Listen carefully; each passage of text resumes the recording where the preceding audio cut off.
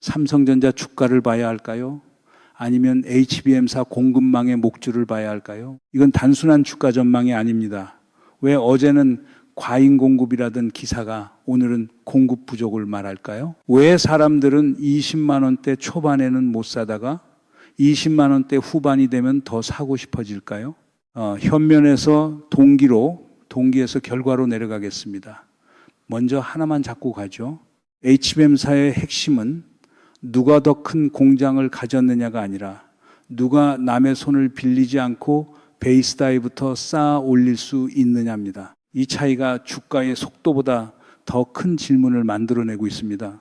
그 질문이 아직 시장 가격에 다 반영됐을까요?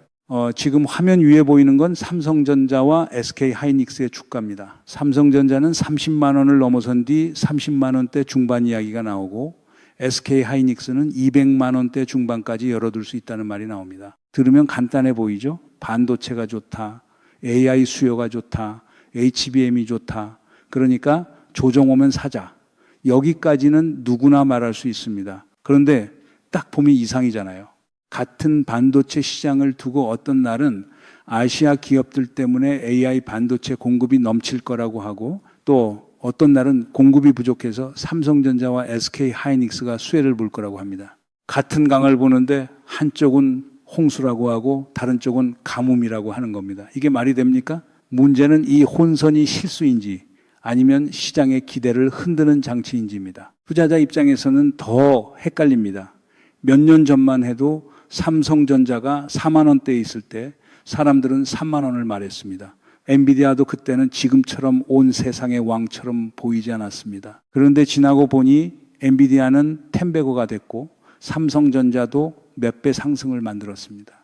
그 기억이 지금 투자자 머릿속에서 다시 살아납니다. IMF 외환위기 때 모두가 뒤늦게 달러와 금을 찾았던 것처럼 사람은 싸게 살 기회가 있을 때보다 오르고 난 뒤에야 더 안전하다고 느껴요. 여러분이 뭔가 이상하다고 느꼈던 그 감각, 그게 정확한 겁니다. 무서워서 못 샀던 가격이 지나고 나면 기회였고 안심돼서 사는 가격이 오히려 부담이 되는 구조.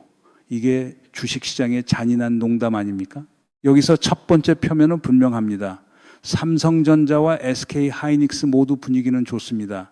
AI 데이터 센터는 계속 늘고 고성능 메모리 수요는 쉽게 꺾이지 않습니다. HBM3에서는 SK하이닉스가 앞서갔고 삼성전자는 뒤늦게 수율과 납품 문제를 따라잡는 흐름을 보였습니다.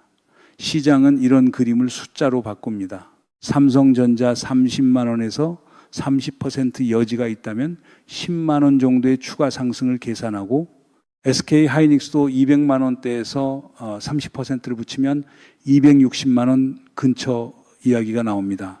숫자는 깔끔합니다.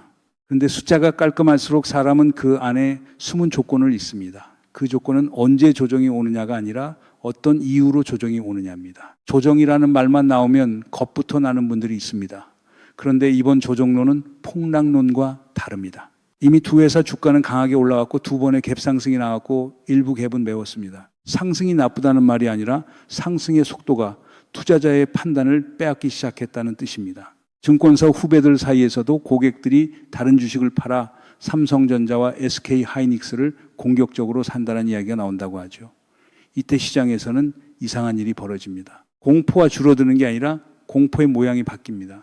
떨어질까 봐 무서운 공포에서 나만 못 먹을까 봐 무서운 포모로 넘어가는 겁니다. 포모는 상승장이 만든 가장 비싼 입장권이에요. 놀이 좋고 먹이 좋은 자리였습니다. 또 하나의 표면 변수는 노조와 성과급 파업 이슈입니다. 삼성전자 사측이 제시한 12%, 안노조 쪽에서 언급되는 15%, 다른 산업에서 나온 30% 같은 숫자들이 시장에 같이 떠다닙니다. 여기서 중요한 건 노동의 권리를 가볍게 보는 게 아닙니다.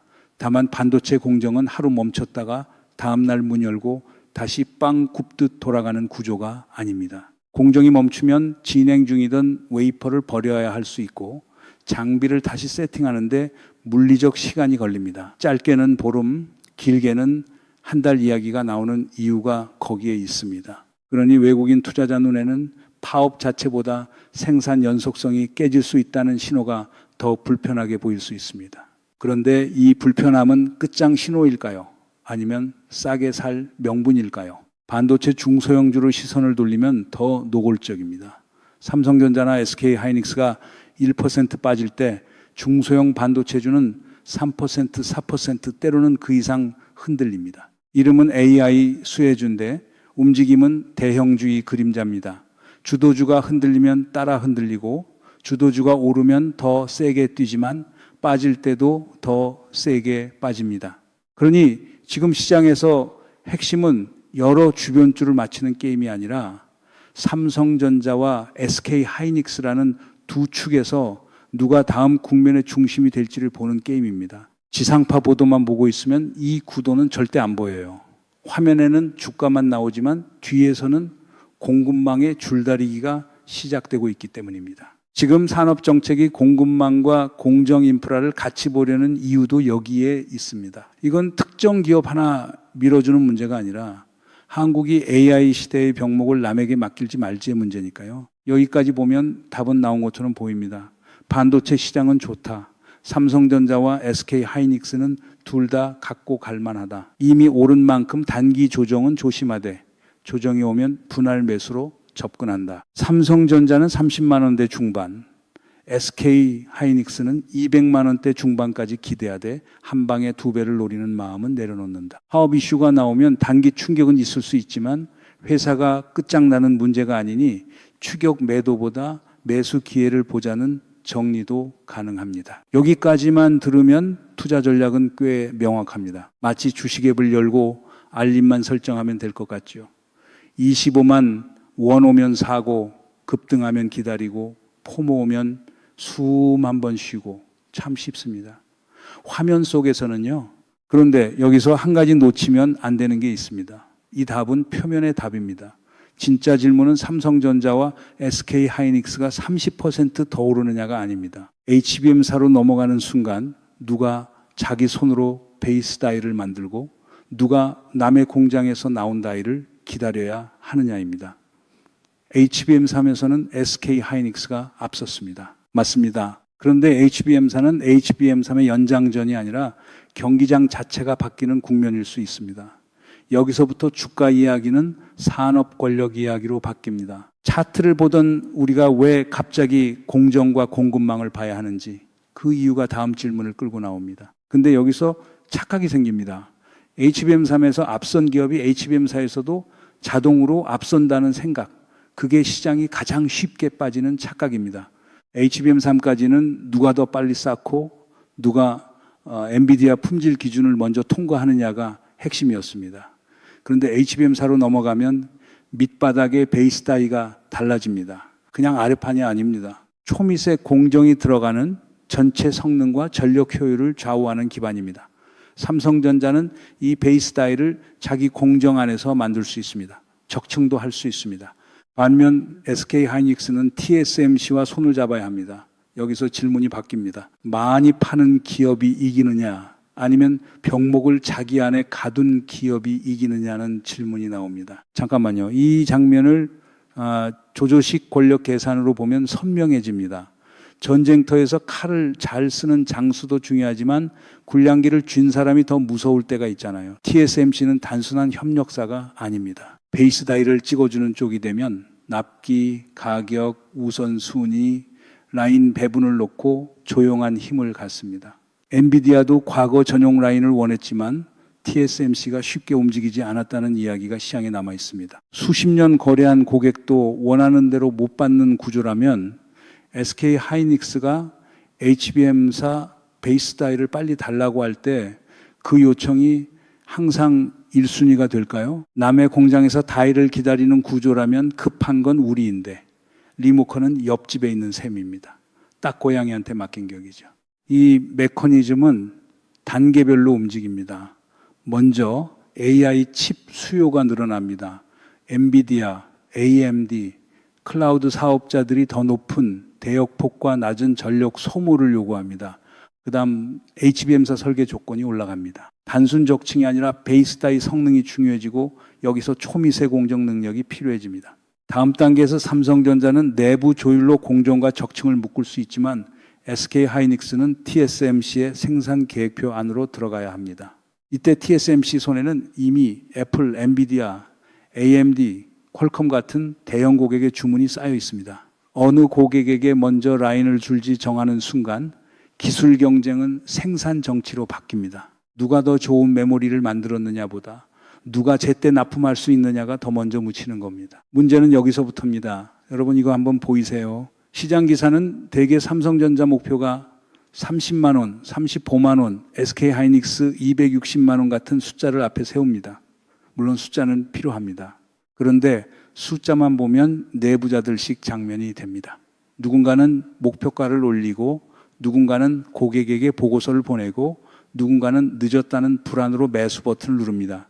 그런데 그 사이 정작 중요한 질문은 뒤로 밀립니다. HBM사 병목이 어디서 생기는지, 그 병목을 누가 통제하는지, 그 통제권이 마진과 납기에 어떻게 반영되는지입니다. 주류 언론이 이 부분을 거의 다루지 않는 건 더 이상 우연이라고 보기 어렵습니다. 보수 주류 매체가 경제면에서 즐겨 쓰는 말은 실적과 목표가인데 권력 구조라는 단어가 나오면 이상하게 화면이 흐려집니다. 숫자로만 보면 정책은 간섭처럼 보입니다. 그런데 공급망 권력으로 보면 이건 국가가 늦게라도 방어선을 긋는 과정입니다. 그 빈칸을 누가 이용하고 있을까요? 삼성전자의 동기는 단순한 추격이 아닙니다. HBM3에서 뒤처졌다는 낙인을 HBM사에서 지우고 싶어 합니다. 더 정확히 말하면 뒤처진 기술을 만회하려는 게 아니라 경기장의 규칙이 바뀌는 순간을 기다린 겁니다. HBM3 납품은 삼성전자에겐 체면 회복의 문제였습니다. 엔비디아 같은 고객에게 들어간다는 신호는 수율이 올라왔다는 인증처럼 작동합니다. 하지만 HBM사는 체면이 아니라 구조입니다. 베이스 다이부터 패키징까지 내부에서 묶을 수 있으면 원가, 일정, 품질, 피드백 속도가 달라집니다. 문제가 생겼을 때 회의실 하나에서 끝나는 일과 대만 공장 일정표까지 봐야 하는 일은 완전히 다릅니다. 그러면 HBM사의 첫 승부처는 기술 발표일까요? 아니면 고객이 납품 리스크를 계산하는 순간일까요? SK 하이닉스의 동기도 절박합니다. HBM3에서 만든 선두 이미지는 그냥 자존심이 아닙니다. 프리미엄 밸류에이션의 근거입니다. 시장이 SK 하이닉스를 200만 원대 주가로 평가하는 배경에는 D램 회사가 아니라 AI 메모리 핵심 공급사라는 서사가 깔려 있습니다. 만약 HBM사에서 공급 일정이 흔들리거나 TSMC와의 조율 비용이 커지면 투자자는 같은 이익에도 낮은 배수를 줄 수 있습니다. PER이 10배 아래라 싸 보인다는 말이 나오지만 PBR이 3배를 넘는 부담도 같이 있습니다. 성장주로 봐야 하느냐, 사이클주로 되돌려 봐야 하느냐의 싸움이 여기서 벌어집니다. 겉으로는 목표가 논쟁인데 속으로는 정체성 심사가 시작되는 거죠. 부수적 행위자들도 움직입니다. 첫째, 증권사는 상승장 해설권을 놓치고 싶지 않습니다. 20만 원대 중반을 말하다가 30만 원이 오면 50만 원 이야기가 나오는 방식. 이건 숫자만 바꾼 예측이 아니라 고객의 상상력을 붙잡는 장치입니다. 둘째, 외국인 투자자는 생산 연속성과 지배구조 리스크를 봅니다. 노조 성과급 12%, 15% 파업 가능성 같은 숫자는 국내에선 노사 협상으로 보이지만 해외 자금에는 공정 중단 리스크로 번역됩니다. 반도체 공정은 멈췄다가 다음 날 다시 켜는 전등이 아니니까요. 보름에서 한 달의 재세팅 가능성이 언급되는 순간 외국인 모델에는 할인율이 들어갑니다. 그러면 단기 악재는 누구에게는 공포지만 누구에게는 매수 가격표가 되지 않겠습니까? 또 하나의 숨은 이해관계는 고객 쪽에 있습니다. 엔비디아와 대형 클라우드 기업들은 공급사가 한쪽으로 쏠리는 걸 원하지 않습니다. HBM3에서 SK 하이닉스가 앞섰다고 해도 HBM사에서 삼성전자가 치고 올라오면 고객은 협상 카드를 하나 더 갖습니다. 가격을 누를 수 있고 납기를 비교할 수 있고 특정 공급사의 병목에 갇히지 않을 수 있습니다. 한마디로 고객에게는 삼성전자의 부활이 보험입니다. 반대로 삼성전자 입장에서는 이 보험의 자리를 차지하는 순간 단순 납품업체가 아니라 공급망 균형추가 됩니다. 이 균형추가 제대로 작동하면 HBM 시장의 마진 배분 자체가 바뀔 수 있습니다. 그때 시장은 지금의 목표가를 다시 계산해야 하지 않을까요? HBM사는 기술보다 공급망 통제권을 누가 쥐느냐의 싸움입니다. 처음 질문으로 돌아가 보겠습니다. 삼성전자 주가를 봐야 할까요? 아니면 HBM사 공급망의 목줄을 봐야 할까요? 처음엔 30만 원을 넘은 삼성전자, 200만 원대의 SK 하이닉스, 조정이 오면 살지 말지의 문제처럼 보였습니다. 그런데 여기까지 오면 주가 차트는 표지판에 가깝습니다.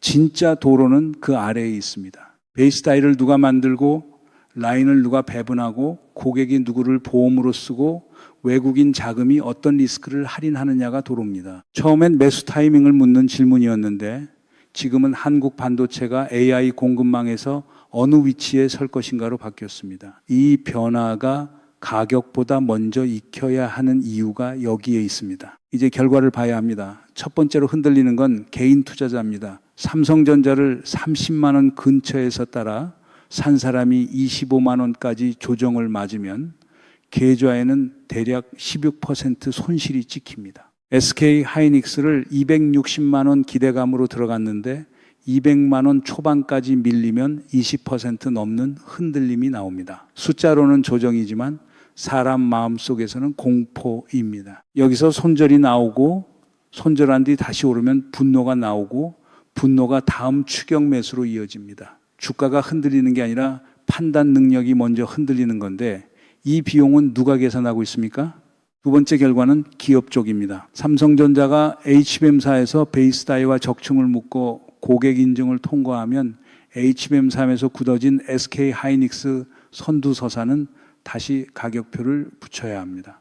반대로 삼성전자가 수율을 못 맞추면 시장은 기다렸다는 듯이 역시 늦었다는 판정을 내릴 겁니다. 그 순간 삼성전자의 문제는 기술 실패가 아니라 신뢰 회복 지연으로 번집니다.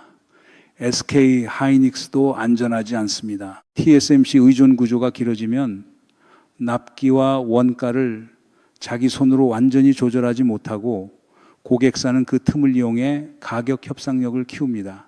결국 승자는 많이 만든 쪽이 아니라 늦어도 약속한 날에 안정적으로 가져다 주는 쪽이 될 수 있습니다. 그러면 2016년 이후 HBM사 첫 대량 납품 국면에서 누가 먼저 의심을 받게 될까요? 세 번째 결과는 국가 산업의 자리입니다. AI 시대 반도체는 예전처럼 한 번의 사이클로 끝나는 메모리 장사가 아닙니다. 데이터 센터 전력, 발열, 패키징, 기판, 파운드리, 고객 인증까지 한 줄로 묶이는 산업 안보에 가깝습니다. 유리 기판과 다이아몬드 기판 이야기가 나오는 것도 괜히 나온 유행어가 아닙니다. 칩이 뜨거워지고 전력 효율 요구가 올라가고 고객사가 납품 지연을 못 견디기 시작하면 소재와 공정의 작은 차이가 계약 순서를 바꿉니다. 이때 한국 기업이 메모리만 잘 만드는 자리로 남으면 마지는 고객과 파운드리가 나눠 갖고 우리는 가장 바쁜데도 가장 불안한 중간 위치에 갇힐 수 있습니다. 이 흐름을 누가 국민에게 제대로 설명하고 있습니까? 주류 언론이 이 부분을 거의 다루지 않는 건 더 이상 우연이라고 보기 어렵습니다. 경제면에는 목표가가 나오고 증권가 코멘트가 나오고 조정 때 매수 같은 익숙한 문장이 반복됩니다. 그런데 베이스 다이 의존, TSMC 라인 배분, 엔비디아와 클라우드 고객의 협상 카드, 외국인 자금의 할인율 같은 핵심은 뒤로 밀립니다. 12.1 이 군사반란 이후 권력의 겉장면만 보던 사람들이 실제 지휘선을 놓쳤던 것처럼 산업에서도 숫자만 보면 지휘선을 놓칩니다. 주가가 오른다는 말은 들리는데 누가 명령권을 갖는지는 흐려집니다. 산업 주권을 말하면 99호처럼 몰고 가고 목표가를 말하면 합리적 분석처럼 포장하는 프레임도 문제입니다.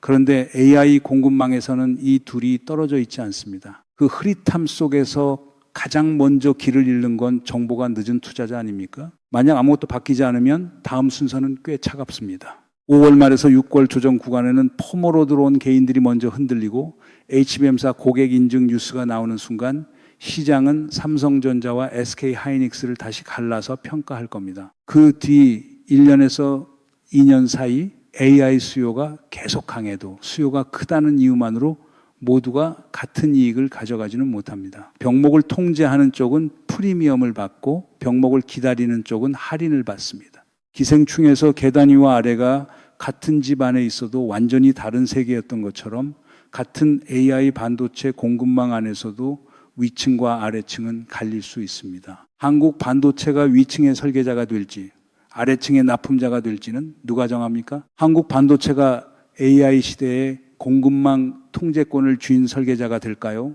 아니면 세계에서 가장 바쁜 하청 공장으로 남게 될까요? 이 흐름이 어디로 가는지 같이 추적하고 싶다면 구독해 주십시오.